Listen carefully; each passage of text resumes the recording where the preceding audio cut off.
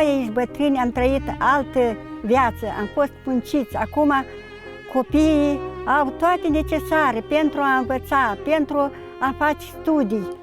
Fiecare părinte s-a stăruit pentru copiilor și bătrânii sunt foarte importanți. Dar, cu părere de rău, acum copiii au plecat și bătrânii au rămas singuri acasă.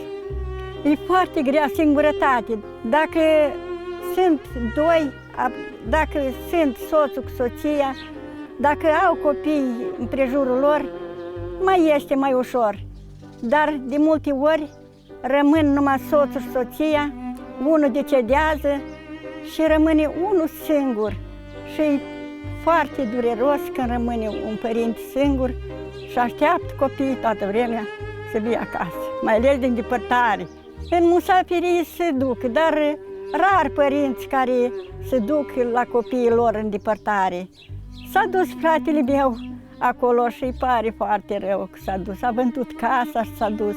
Dar noi nu ne putem despărți de locul natal, de casa care am construit-o, boțișor cu boțișor, de lut, de ciment și gardul și în genere absolut totul. Vedeți și frumusață este în jur și aerul curat și ei vin în ospiție, copiii. Am familia feciorului la Bălți, dar familia fiicei în America. Și o aștept din când în când să vii acasă.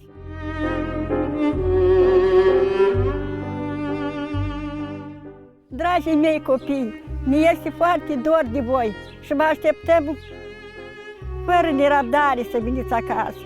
Și când am început să vopsesc casa și eu spus, mami, că nu te apuca, că noi o să venim. Dar am gândit că n-or veni, poate a găsit totul în regulă. Soțul meu e la spital. Să fie pace pe lume și înțelegere, să fie viața cât mai frumoasă. Ne pare rău foarte mult cu închistare multe școli.